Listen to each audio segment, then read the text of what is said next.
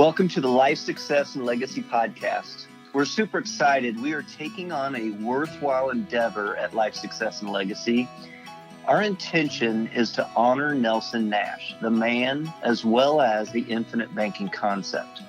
We're going to create a series of resources, including podcasts and text, as a resource for others who want to truly understand with depth and clarity what Nelson shared in his book, Becoming Your Own Banker, as well as the many seminars and think tanks that we were fortunate to have attended during his life.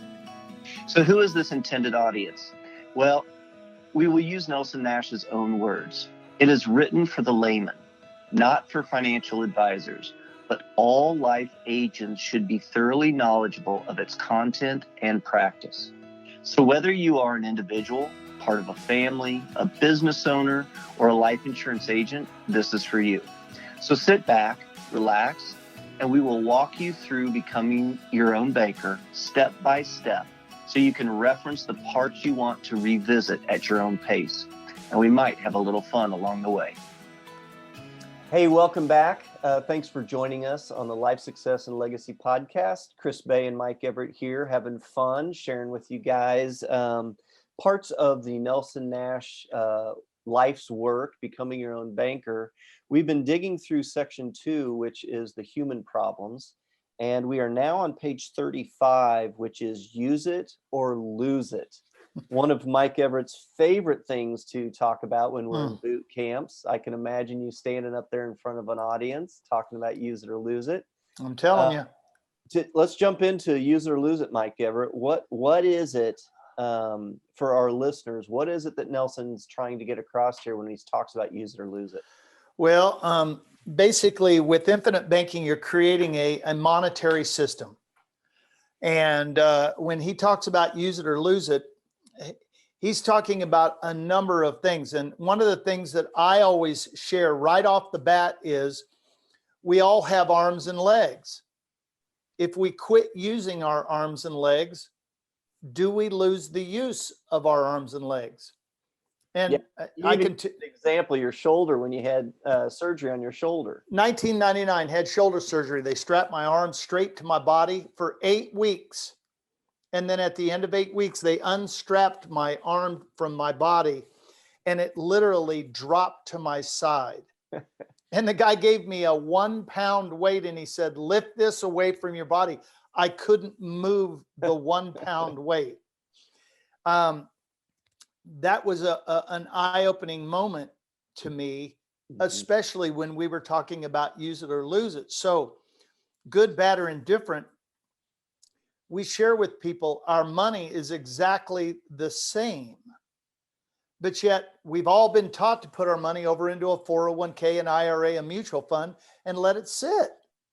Well, what are those people doing with our money? Well, they're investing it, they're using it. In fact, those companies are doing 100% opposite of what they're telling us to do with our money. They're telling us to let it sit for 20, 30 years, but the minute they get it, they start using it. So it's confusing at first. Yeah. But once you've opened up your mind, like what we helped people do in the arrival syndrome, because we're helping people open their minds up to think differently. So the 3 questions we always ask are, number 1, are income taxes going up or down? You decide. Number 2, the money that you have, is it worth more today or worth more tomorrow? And number 3, when thinking of income taxes, do we want to pay on the little amount or the big amount? Well, all of these questions are simple answers, but yet when people's minds are completely open and they're ready to take a different avenue, they will realize that what they've done is they've given these companies, and I don't care who those companies are, it could be your local bank, it could be a 401k or a 403b, you're wanting to let your money sit over here. And then 30 years from now, you get to pull it out. Well, what's happened to income taxes? They've gone up. What's happened to the value of your dollars? They've gone down. These are actually worthless dollars. But yet that's what everybody is doing. So we're helping people think differently about the direction that they may go. Well, Nelson talks about all of these human problems, whether it's Parkinson's law, Willie Sutton's law, the golden rule, the arrival syndrome, use it or lose it, all of them kind of come together. And what they really are about is overcoming our human nature. 100%. I'm just reminded, those who have the gold make the rules. We've talked about this in the past. We have clients who work for, state organizations, and they're forced to contribute to their 401k or 403b. They can't access that money. They can't take loans from it. And that's another example, going back to a previous human problem, is those who have the gold make the rules. They control it. They do. They don't have choices with it. So, so for many people, talk about this a little bit. It can be a challenge for people to see use it or lose it, especially as it relates to what they've been taught about setting money aside in mutual funds, 401ks, things like that. What are the challenges? Why do people have challenges with this whole idea of use it or lose it? What do you think they run up against when we present this other alternative approach to using their money? Well, we are in a rut in life. Most people, when they come to us, they're in that rut of life. They've learned that you work Monday through Friday, 8 to 5, and you participate in your retirement plan, whatever that is, or you put money aside into an IRA or a mutual fund. And so we get into these ruts, and we've talked about this early on. These ruts that we have in our brain that we've been taught about money are deep. And sometimes, Nelson used to say this, it's almost impossible for some people to get out of the ruts. Mm-hmm. And so I was in a rut. I mean, back in my days when I was, 22 years in the school system, I was doing my 403b contributions. I had my Kansas public retirement, all those kinds of things. And it scared me to death. Now, one of the things that was nice is I really didn't have to think about it or study it. That's right. I just abdicated, as Nelson talked about earlier. I abdicated my control, my thought process, all of those things to just have my money taken away and then just hope and pray and trust that those people who have been teaching that, use it or lose it, that money's sitting over there. And what's crazy is once it kind of clicked for me, and once I actually resigned from the school district and got access to my 403b, my capers and all that stuff, and I liquidated all of it in 1 year. Yeah. For our wind current on our debt. And if you think about that, if I was contributing for 22 years, that's a large amount of money. That is a huge tax and penalty bill. And no financial planner out there is going to recommend that I do Not that. one. And yet I recovered my taxes and my penalties within 8 months simply by using that money to flip our wind current from a headwind to a tailwind. And now all that money is sitting in a vehicle that is growing, guaranteed by contract. I have access to it tax-free. And oh, by the way, when I pass away, the policies that are on me, and we've got 10 policies now, but right. When the policies that insure me, when I die, those death benefits go to the beneficiaries tax-free as well. That's so right. I don't really care what happens to the tax rate. Right? That's right. I mean, that whole idea of putting your money aside for 30 years and letting it set, not knowing what the tax rate's going to be is essentially the same thing as taking out a loan at the bank and you saying, hey, what's the interest you're going to charge me? And they're like, oh, we'll deal with that later on. When would you ever take a loan at the bank not knowing what the interest rate was going to be? Wouldn't. You wouldn't. But I'm going to read something right out of the middle of this third paragraph. It says a lifetime of accumulated information that determines how one conducts oneself. The fact that this conclusion may be based on fallacious information is beside the point. So part of the thing is we've been all programmed a certain way to think about money in a particular way. Mm-hmm. And so part of what we've got to get people to think differently about is all of the things that we have believed about money. Yeah. And of course, I start all of our boot camps and webinars, and I share with people, oh, by the way, everything that you've learned about money and banking is based on lies and deception. Our job at Life Success and Legacy is to uncover the lies and deception and to share truths with you that have been around and have been doing the same thing years and years and years. And yet we have never learned those to be able to apply those things in our lives. Yeah. And so we're just trying to pass on the truths that Nelson taught us. that's it. You know, in the best way we can with our personalities, our skill sets. We're just trying to convey what Nelson laid the foundation for. Nelson says the infinite banking concept is dealing with a totally different paradigm, and it is. It is a flip of the switch in how we think. You talked about the ruts. Man, it is. Oh boy. So get out of those ruts sometimes. It is about creating a personal monetary system. Okay, now let's jump into EVA. All right. Boy. Okay, you know this stuff inside and out. Jump into this Fortune magazine article and tell us what EVA is. Well, we referenced a little bit of the Fortune magazine article written in 1993 back in the Arrival Center, but now we're going to hit on exactly what this article detailed. It detailed a concept called economic value added, EVA. So basically, what is economic value added?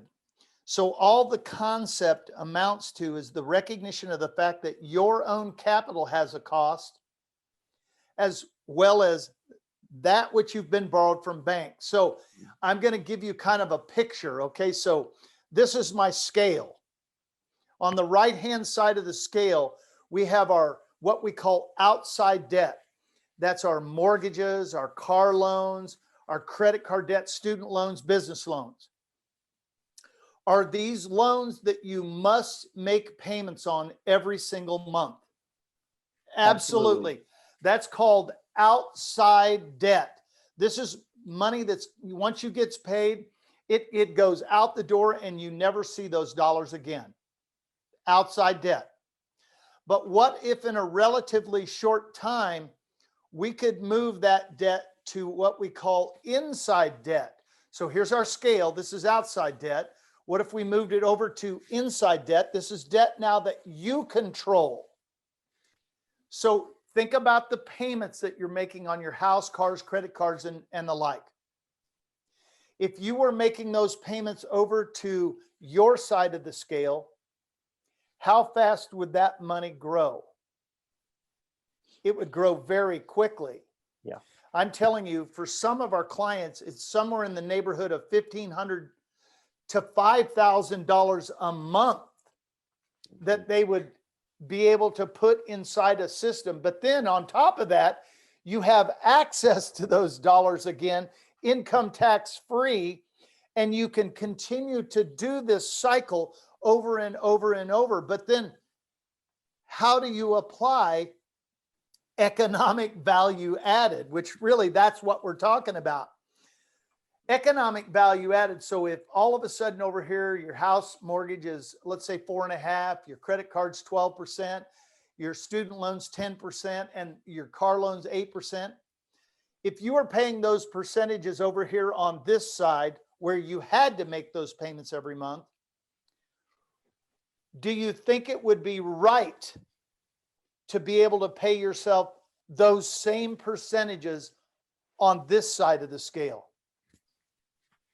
Nelson would say yes and amen. Yeah, that's again another part of that paradigm. If, let's say, for example, you've got somebody out there who is a save up and pay cash for things, right? Well, that is that sinking fund. They're saving up, and they take that money and they go purchase a car, and then they start saving up for the next one. Well, what if they use that money and they went and paid for that car, but then they charged themselves the interest and the payment that they would have had to pay to the bank? Wouldn't that pile of money grow even more? It would grow quicker and quicker. And even better, what if they stored that in a life insurance policy that gave them death benefit and uninterrupted growth, even when they sunk their fund? It's still growing as if they never borrowed money from it. It's really unbelievable. It is. It's simple. It's really simple, but it's not hard. It's not easy to grasp because we've been in our ruts. We've been taught different ways. That's right. Absolutely. So there was another Fortune magazine article in May of 1995 says EVA works, but not if you make these common mistakes. And they point out what those points might have been. These points are, and I've read my book hundreds of times. Right. And for the longest time, I would skip through these 5 bullet points. Well, the common mistakes are, and we're going to share these common mistakes with our listeners right now. Number 1, they don't make it a way of life. So if you are serious about IBC, we want to show you as infinite banking practitioners and coaches how you can actually utilize your system and make it a way of life. Are there going to be bumps in the road? You better believe there are. We already know that they're coming.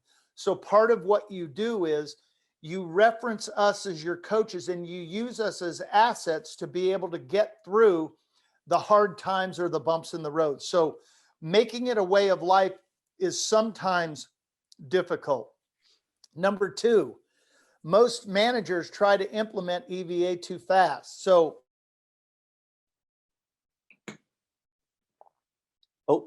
Mike froze there for just a little bit. Mike was talking about the mistakes that happen. Most managers try to implement EVA too fast. And then the next bullet is the boss lacks conviction. The next bullet is managers fuss too much. And then the last one is training gets short shrift. What I like to do is to apply these to a family. Let's just bring it down home to our family. And so what does that look like if we don't make it a way of life? Let's say that we purchase a car and we take a loan against our policy and we use that money to purchase the vehicle, and we decide we don't want to make those payments back to our system because we'd rather use that capital in our monthly budget. Okay, that's an example of not making it a way of life. Most managers try to implement EVA too fast. So what he's talking about there is you haven't had the opportunity to build up enough capital, or maybe you've tried to turn the wind current too fast and you don't have enough cash flow inside your system to be an honest banker and make loan repayments back to your system. And so that's where our coaching comes in, is we help people not take it too fast. We lay out a plan, we support close to 1,000 clients, and less than, I think, 5 of them have dropped their policies. That's because, one, we don't overextend them with their plans. We educate them, and then we support them with the coaching in an ongoing basis. So the boss lacks conviction. The boss, we all know who the boss is, right, in our household. So that if it's husband and wife, it's that we as a couple are not convicted on this. We're not aligned. We're not on the same page. And it's really important that we are aligned. In fact, we won't let couples move ahead unless they are both on the same page with applying infinite banking and applying EVA. Hey, Mike Everett, you're coming back to us. So this is a bad thing about living in the country. The internet sometimes it goes down. That's just the way life is. No worries. I was walking through those 5 points, and I was applying it to a family setting. Yeah, there we go. That's where I was going. That's great. And I just was talking about the boss lacks conviction, and how if a husband and wife are not aligned in going down the road of IBC, it's not going to work out. It's going to create friction. It's going to be a problem for them. Absolutely. And then managers fuss too much. What would that look like in a family setting? Well, if you've got a husband and wife in there, once again, you say that if they're not on the same page and they're not aligned, I'm going to tell you what, there's going to be some fussiness and there's going to be some friction that's going to happen. So we want to make sure this is part of our process of being able to have the client dream conversation. So husbands and wives, families are on the same page as they're navigating this new thought process with IBC. Mike, on this last bullet, I want to ask you, on average, what would you say the range is that clients spend with us in education and working on plans and Q&A and all that stuff before we even get to the place of like doing an application or anything? 5 to 10 hours. Yeah. 5 to 10 hours. That includes them reading the book, them going to the website to listen to podcasts, doing a webinar or a boot camp, doing the client dream conversation, then being able to present their plan to them. And then we find out if this is the right avenue for them. Yeah. And so the last bullet point is training gets short shrift. We take our training and our education super, I mean, it's at a different level, I think, than many out there. We've decided that the education piece for us is the number one thing. Good stuff on those bullets about EVA. Nelson now rolls into talking about really it's a totally different point of reference. And he says, even at our infinite banking concept think tanks, yep, sometimes people who are there learning and sometimes even people who are there teaching it, right? Yep. Sometimes get stuck on the point of interest rates. And Nelson says that is a fatal error. It has to do with recognizing where money is flowing to and the failure of charging interest to yourself for the things that you buy using your own banking system. Where is it that you see people getting hung up on the interest rate piece? Well, we'll get people that ask questions like, what's the interest rate that they're charging you for policy loans? Mm-hmm. We'll have people ask about the dividends from the life insurance company. Mm-hmm. So once again, what we've got to do is we've got to be able to educate the client. Remember, I said that all of the things we learned about money and banking were based on lies. And so part of what we've got to be able to show them, even with their own numbers, that the interest rate doesn't matter, the dividend doesn't matter. It's who controls the banking function in your life. Mike, I think an example, and it's tough to do without visuals, but yep. I'm putting you on the spot here a little bit, but you use a CD example in our boot camps. And I think that's interesting when people get stuck on the interest rate. Can you just highlight the CD example that you talk about? Well, basically, we get people who want to go pay cash for a car, let's say, and they've saved X number of dollars. It doesn't even really matter how much they've got. But let's say all of a sudden we say, why don't you go put that money in a CD and let's just pretend that they're going to pay you 4%. And they go, great. Then you can use the CD as collateral, but then you can borrow the money from that same bank at 6% and you can go get your car. And 99.9% of the people go, I don't want to do that. Right. So they're paying you 4 and they're charging you 6. But here's the thing we always share. Is there any chance that the payments that you're going to pay towards that loan, or is there any chance that your CD will be worth more than the payments that you make towards that loan, even though they're charging you 2% more? And almost 100% of the people say no way. Right. But yet at the end of that time period, there's more money in the CD than what you paid in on the loan. So at the end of the day, that customer has the CD. Yep. They've got their car and they've got extra money as well. So what Mike's saying is, if you control the banking function, you're well off, you're in a way better position, and the interest rate really isn't the factor that comes into play, because with that CD, that is an ever increasing balance that is compounding on the 4%. The loan at the bank is an ever decreasing balance, even though it's on a higher percentage, 6%, it's a decreasing balance. So if you have 4% on an increasing balance and 6% on a decreasing balance, you're actually going to end up ahead by leveraging that CD, even though the loan is at a higher interest rate. And so that's just another example of how Nelson says it's not about the interest rates, it's about who controls the banking function. That's exactly right. Yep. Okay. So Nelson says, anytime you can cut out the payment of interest to others and direct that same market rate of interest to an entity that you own and control, which is subject to minimal taxation, then you have improved your situation. 100%. Goes back to the golden rule. Those who Yep. control the gold, those who control their banking function, you're going to be in a better position. You get to make the rules. You have great flexibility. He lands on here, just like economic value added to be effective, IBC must become a way of life. You must use it or lose it. Good stuff. Super good. Any last words on use it or lose it, Mike Everett? No, sorry, my internet was all goofed up, but we just want to remind people that we are here to be coaches and advocates right alongside people while they're utilizing their system. We don't just make the sale and move on.